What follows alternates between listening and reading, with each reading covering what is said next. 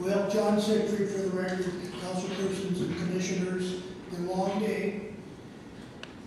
I basically think it's a case of trying to shut the barn door after the horse got out. I think Don Stoker hit the nail on the head.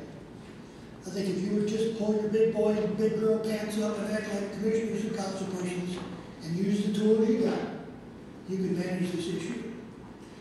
Terry Miller mentioned the HDA. I think Vice Chairman Bell mentioned the Futures Project.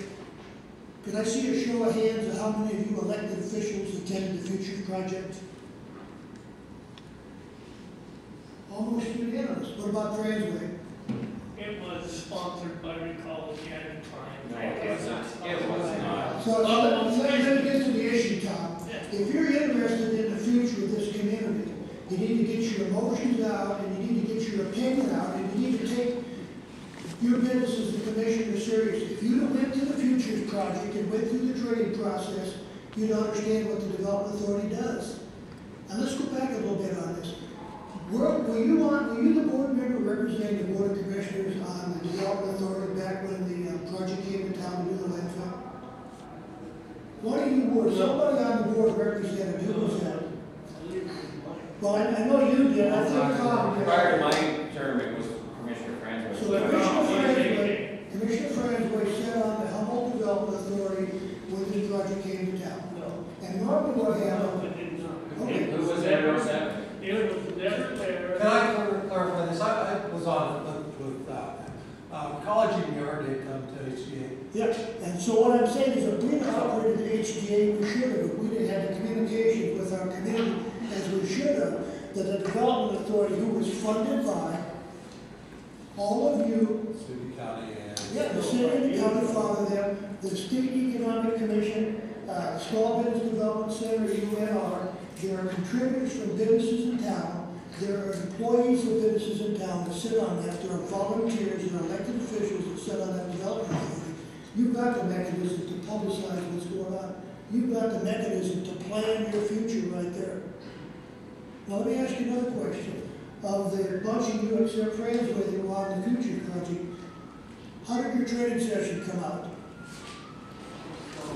How about your page? How did yours come out? We're still meeting.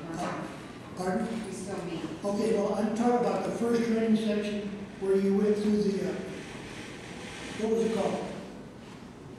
Sustained abundance or something? Yeah, the first response, failure to respond on the bottom half there.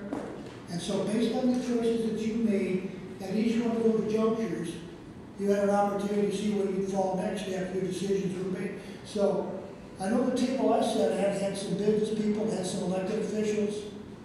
I was pretty proud of the group that we had. We ended up in the upper right-hand quadrant because we made the hard choices. So let me ask you, where'd you end up at? Commissioner French, where'd you end up at? You don't remember? I remember very well because you were a candidate for public office at the time when I was watching. Your decisions were based on your history as a bureaucrat. And you kept going back to try to find ways that you could hold a meeting, hire a consultant, et cetera, et cetera. You ended up with failure to respond is what I'm coming down to. I am not going to sit here and let you put words in my mouth. That is not how that went, and you are not going to characterize it that way. Well, we'll go back in the record and talk to somebody else that was there then. Do it. Yeah, but my point is, you folks pull your big boy and big girl pants up and use the tools that you got and quit trying to pass the buck off to somebody else. Thank you.